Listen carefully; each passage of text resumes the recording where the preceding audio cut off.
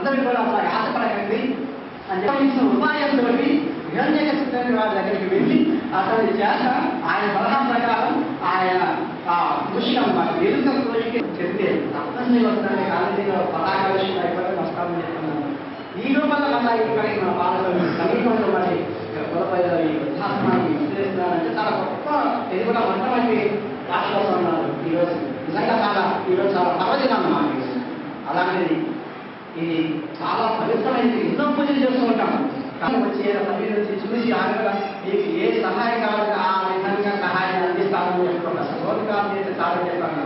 అలాంటి మనకి ఉన్నదానికి ఆలోచన ఎలా ఉన్నారు అలాంటి ఈరోజు రావడం